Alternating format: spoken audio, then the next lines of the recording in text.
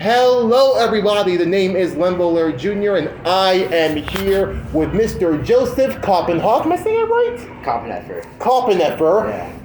And aka, but we all know him better as Chef Boyarbeatz. And all I have to say is, what a journey you have been on so far. I have to freaking say that this is almost 11 years of Chef Boyarbeatz. First question I ask is this: did you think that this project would last pretty much over 10 years? No, not really, honestly. It's been a very, very long journey, and I don't know. It's gone through a lot of different phases, and started out a lot more like hip-hop beat focus and stuff, like following steps of like Carmack and Selection and that whole crew. So it's definitely evolved a lot over the years. Right, but although you say quite a bit in your interviews that it was because of a certain event that happened in Nocturnal Wonderland, does this lineup look familiar to you? Oh yeah. Yep. The group therapy, Yep. Matt Zoe and Above and Beyond. Oh, 2012, the good old days. Yeah. And it was that was pretty much the events that kind of like really made you say like, no, wow, this is amazing. Can I do that too? Am I correct? Yeah, I started out doing trance and techno and more four on the floor stuff originally, and Like Swedish House Mafia? oh yeah, we went to go see the one last tour. Wow. Although it was not obviously their last tour. Although I saw that like a mile away that they weren't actually gonna like stop officially, you know. Obviously, but can you say like, no, those, obviously you improved in your sound, you grew in your sound, but these were the people that really made you want to like, you know, get your CDJs, get your mixers, and want to like start making your own music. Yeah, Matt Zoe was definitely like one of my biggest inspirations back in the day. He still is, although he's not making as much bass stuff, and he's definitely kind of honed in on the trance sound, which, you know, do whatever you want to do, But again, Yeah. but again, it doesn't mean that doesn't make him any less of a legend that he already is. 100%. And he's still making bass music too. Like, he posts stories all that stuff on all the time. But And speaking of which, hello, a full circle moment where you had to kind of chance to release on his label. yeah, it was pretty crazy, man. That was a full circle moment for sure. Definitely. And can you consider like that be like, you know, one of your best works, or were there any other works that you've done that were like one of your most proudest moments? Because there were quite a lot of very proud moments, not just with Matt Zoe and his label, but obviously there's Deadbeats, there's of course Beyond Wonderland, which I know you tried hard to like, you know, try to be a part of for a very long time. You've done a lot of like, you know, mixes to like Countdown, Nocturnal Wonderland, and I think I'm gonna say Wasteland, but no, I don't think there was a mix contest for that, was there? No, I did do EDC one time too. EDC as well, which you Yeah. also had a chance to perform at too. Yeah. Full circle yet again. Yeah. So, what would like you say your most proudest moments, if you could think of one? Like, release-wise? Release-wise, I was talking more release-wise, yes. Yeah. Probably Steady Slurkin is like the biggest one, honestly, which is funny because I had no idea that it would be that big of a tune originally. Well, when you were releasing that EP for... Once it came out, yeah. But like when I wrote it originally, Turnian played it at Def before I even played it. Mm-hmm. I hadn't even played it yet, and it was like, I just thought it was just another, you know, whatever tune. And once it got the reaction it did, it's pretty much been in every single set besides like maybe one or two sets. Really? Yeah. I mean, well, again, that song did win the best dubstep song of the year by Duplock, I believe. I hope to pronounce that properly. Yeah. However, there was that moment where a lot of people were begging for you to release Nokia Dub. They could not get enough of that song, and that was like part of the EP from Deadbeats after Mic Check. How about what can you say about that piece of work? Yeah, I love that song as well. Yeah, it's definitely a lot different, obviously, different tempo and different vibe and style and all that too, but definitely up there as well. Yeah. So regarding like, you know, different vibe, different tempo, because it seems like you do like to switch things up a bit. I call this sound like almost like the expect the unexpected type sound, where it's like you think it's gonna go this way, but he switches up and goes another way. Do you always like keeping the audience on their toes when it comes to your music? Yeah, I mean, it's not even necessarily for them. It's more, I get bored of doing the same stuff over and over. I'm super ADHD, so I couldn't just do the same stuff over and over. I get very bored of that. Understood. And so since you're doing same things over and over again, you're always trying. That's why a lot of times you explain your music is mostly, of course, experimental. There's always something you want to try out doing that you haven't done before. So I'm curious to know, like you said, you like to combine, hip hop, dubstep, do a bit of drum and bass, do a bit of like a techno here and there. Are there any genres that you feel like you're most comfortable with, or it's like, no, I want to be very versatile with my sound. I want to do everything. Yeah, I'm definitely trying to be super versatile. Yeah. But I definitely feel pretty comfortable with 140 stuff now, but like, that's when I know I'm like, I need to branch off in a different direction once I start getting comfortable, because I feel like I just fall into old tropes or whatever, or like, just do similar stuff, and it's like, if you want to learn and get better and do stuff differently, you gotta try it. Did you always want to do be versatile with your music, or did this whole thing begin after you graduated from Icon Collective? Because that's also a pretty big milestone as well. I'm very proud that you graduated, but did this whole I want to branch out type of thing happen naturally, or was it because of a professor at Icon? No, I would have to say credit Matt Zoe on that, just because how versatile he's always been, and he was such a big inspiration for keeping everything under the same name. He's done everything from drum and bass to trance and house and all the other stuff, and just kept it all under one name. And I feel like around that time a lot of people were complaining about being pigeonholed and stuff, and it's just as long as you just keep doing different stuff, people aren't going to expect you to be one thing. It's if you keep doing one thing, people are obviously going to expect you to do one thing. Right. And then freak out when you change. As people have said, they're being put in the box where it's we see this artist as just doing this genre and that's it. If we do anything else, then it's going to be what is he doing? But yeah. I always say this to a lot of people, to a lot of artists, that whatever you want to do, whatever you want to create, that's going to be different from what you made before. The real fans, they're going to be there for you every step of the way. No matter what genre you do, no matter what genre you pick, they're always going to be there. Yeah. Even and so it's those who said, no, I missed this version of Chef Boyarbeatz. What do you mean this version of Chef Boyarbeatz? He's been doing his own thing, being different versions of himself since the beginning, pretty much. Yeah. So what is it that hate about someone just wanting to try something new? Yeah, exactly. And that's something I respect wholeheartedly respect, that you want to be on this path and just branch out on different other paths. Who knows what will be next? I'm curious, and I don't want to get this question so soon, but I'll answer then. So what other genres do you think you want to combine? Because we already mentioned a few genres you already combined together with your own style. Could the next one, I don't know, maybe be funk or jazz, or could it be a bit of psytrance? I don't know, maybe you want to go the Infected Mushroom route? I don't know. Yeah. So I have an EP coming out, and the first single's in 2 weeks. Mm-hmm. That's just gonna be pretty standard Chef stuff. I got a 120 BPM dubstep tune, and then 2 140 tunes, and then a drum and bass tune for that.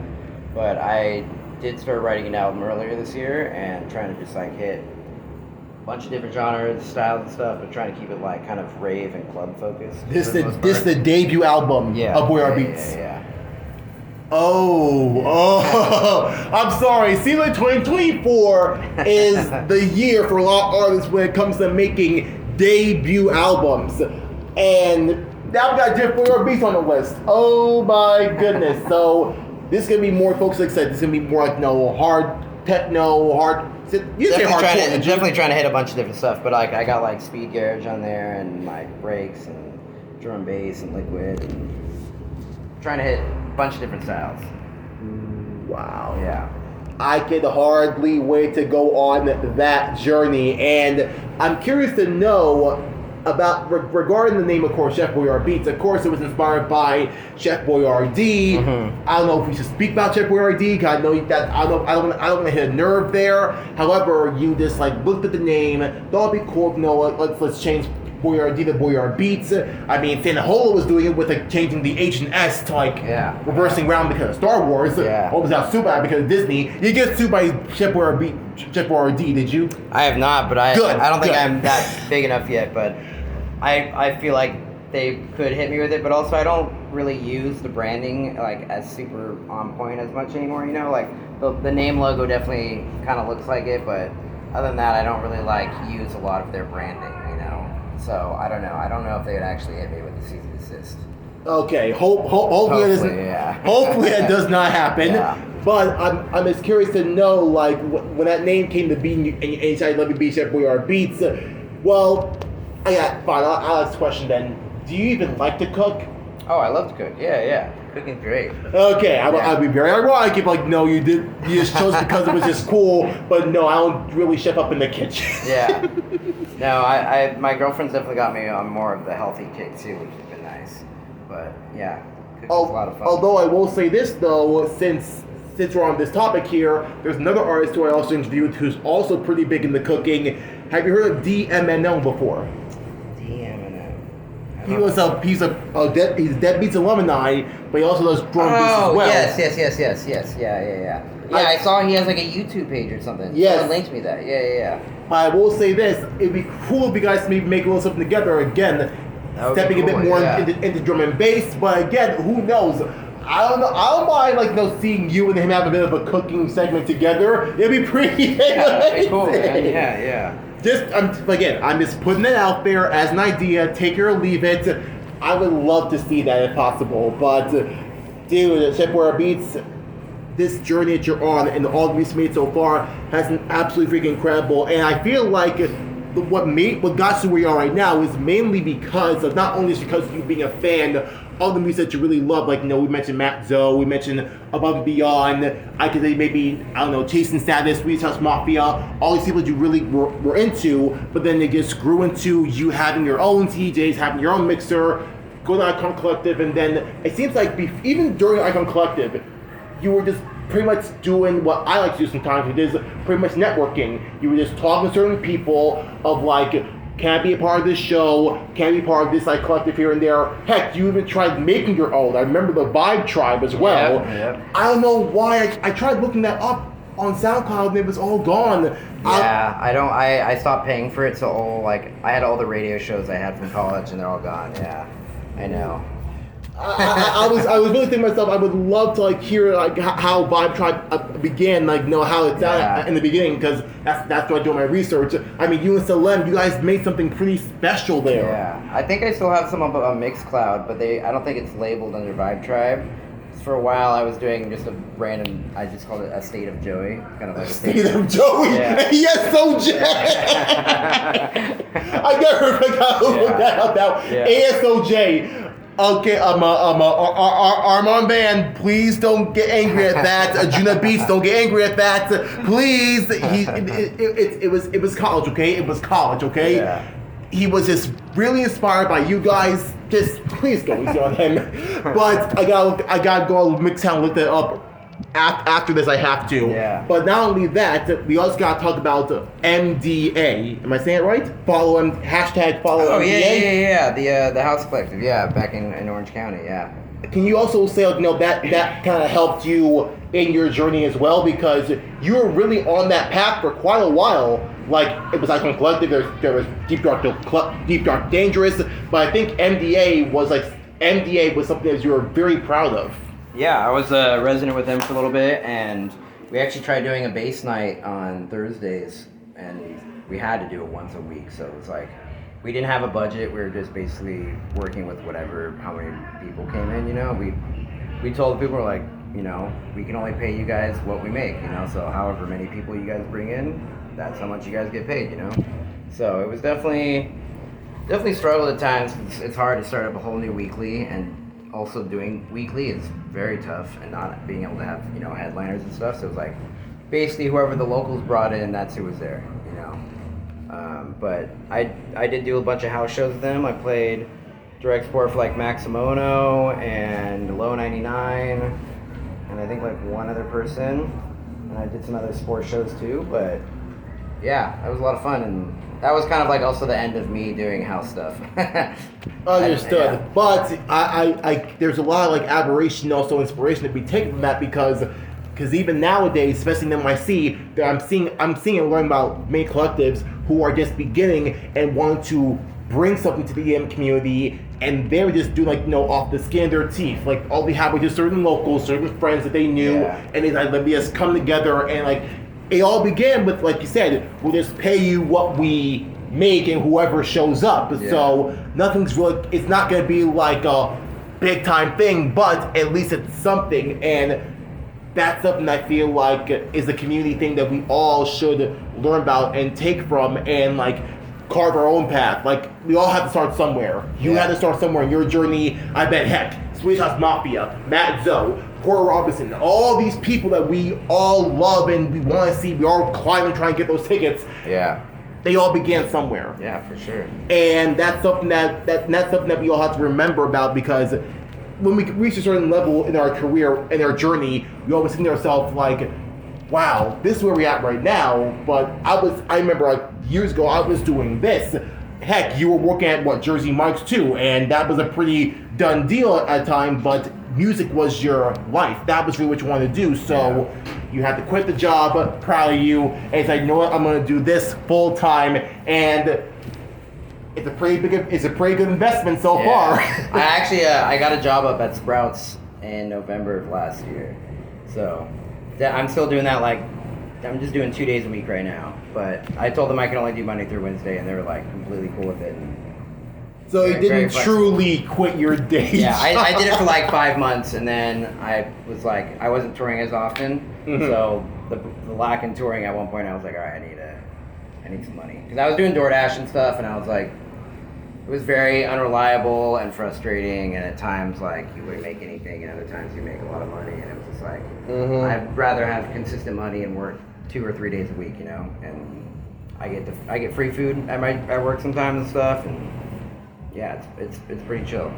Right. Well, I'm very glad that at least you had something to like fall back on days that you weren't touring. But something tells me that with the more music that you're making, even with this album you're making, who knows? I feel like the touring is gonna pick up sooner. It's gonna definitely pick up later. I mean, hello, you have Boogie T here with the 140 Warriors tour that's happening tonight.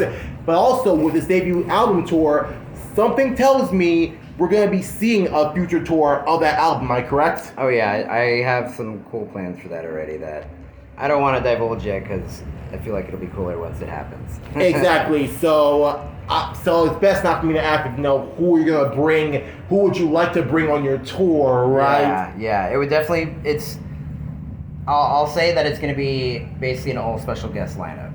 It's not going to be like, the whole idea is basically like bringing it back to old school rave and like, having it in a warehouse. Back to the warehouse. I'm gonna say back to the warehouse. Not having a lineup and stuff, and it's like you gotta text a number and all that. And No offense, Proudest Eliminated, but but yeah, I see what you mean. And I feel like a lot more artists are definitely embracing how things were in the past. I hear from a lot of artists that they missed those times where it was in the warehouse. It was all just about the music, the vibes, the people, and that was it. It was like I really wish I could like experience those type of times in the past, but I'm very happy that we're bringing that back nowadays. Hello, I've experienced that with Grizz, experienced that with people like Lizzie Jane. Heck, even right now with Wave Dash, they're banning phones. They're covering up the cameras. That way, they said, we're not gonna rehearse our music, we're not gonna rehearse our album. It's about the party, it's about the vibes, it's about people meeting one another, interacting with one another, not worry about the phones or anything. It's just about them and them alone. That's it. So I thank you guys so much for you guys bringing that back. I thank so much Chef Boyarbeatz for bringing that back, and I can hardly wait to hear this debut album premiere and see those vibes when the tour happens. It's gonna be something to behold, and it's gonna be something that's, I believe, is going to be vital for the EDM community. So all that you're doing, all that you're making, all that you are creating, Boyarbeatz, we appreciate you so much, Joseph. And I'm honored and blessed to be a fan of your work almost for the past, I'm going to say a few years, because I wasn't sadly there in 2013, 2014, because I was just worried about, school, high school, bullying, that type of thing. I wasn't aware, but I'm happy to at least know you now, hear you now, and these people can understand the story and the humble beginnings of Boyarbeatz, because it wasn't overnight success as people can guess or see, how is he popping up? No, he had to grind, he had to hustle, he had to work his way to where he is now. And if you can do it, so can you. It all began with that one thing I keep saying over and over again. If they can do it and you see them succeeding where they're at right now, you're performing at Webster Hall at a legendary venue, you can do it too.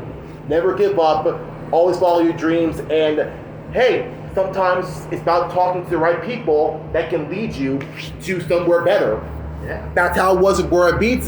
Same can happen to you as well. I know I said for my story that every single artist's journey is going to be different. Similarities within it, like no, you got to talk to this person to get to this gig or that gig. But either way, it's all different, and we all have our stepping stones. And those stepping stones you had in your journey led you to where you are now.